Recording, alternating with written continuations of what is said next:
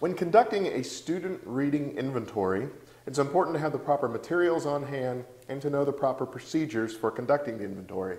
So in doing a student reading inventory, the first thing are the materials necessary.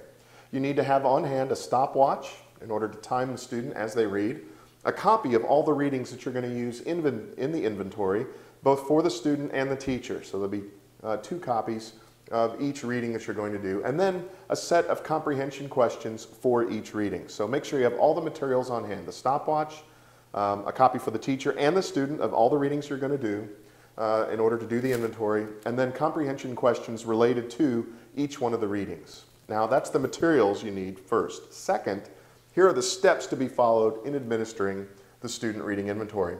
First, and I would say in some cases, most important, explain to the student that this is not a test. This is not for them to pass or fail. You don't want to set them up for anxiety. All this is a diagnostic tool to help the teacher teach the student better. And so the teacher needs to convey to the student, all this is assisting me to help teach you better. This is not a test. You can't fail it. It gives me information that assists me in helping you. And do all you can in that stage to put the student at ease, that you're not telling them to read as fast as they possibly can, to read normally.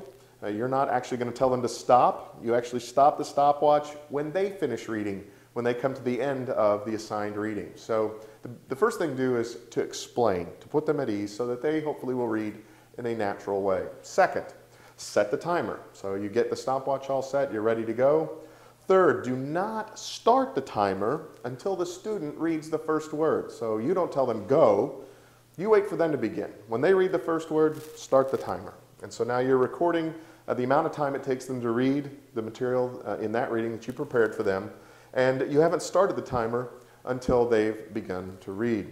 Then, at the end, during the reading, on your own copy, the teacher copy, while they're reading out loud, you're scoring errors, just marking places where they struggled, had a difficulty, slowed down, didn't know. Once again, a diagnostic tool to help you know how to help them. Do they have a problem with comprehension of certain words? Do they have a problem with timing or pacing, with inflection? Whatever it is, you're making notes on your copy of the reading material as the student reads it. So they're reading out loud, you're listening, you're making notes and scoring as you go. Then, stop the timer when the student finishes. So it's not as if you're telling them, okay, you're out of time, you got to stop now. They're reading. When they get down to the end of that reading selection, then you stop the timer. And that gives you also another indication. How long did it take them to read to the end of this particular reading, this section that we've given them to do ahead of time? So you're going to record the time along with the notes you made as they were reading. And then finally, you'll give the comprehension questions and allow the student to answer them and record the answers that they give back to see how well they understood what they read. So you're listening while they're reading out loud to get an idea of how they read. You're looking at the amount of time that's elapsed from when they began to when they ended to get an idea of how well they can read. And then you're looking at their answers to the comprehension questions. Did they understand what they were reading as they were reading? Sometimes students can sound out words and say words and have no clue what they've just read.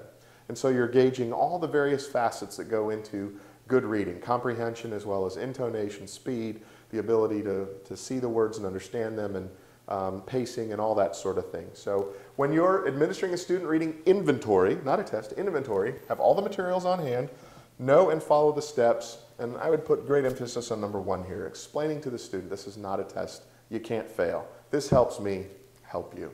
Anyway, if you'd like to learn more about this or related matters, then underneath this video you'll find a link. If you'll click on that link, it'll take you to the website that has that information. And while you're on that website, you'll find a link to an ebook that's ready for immediate download.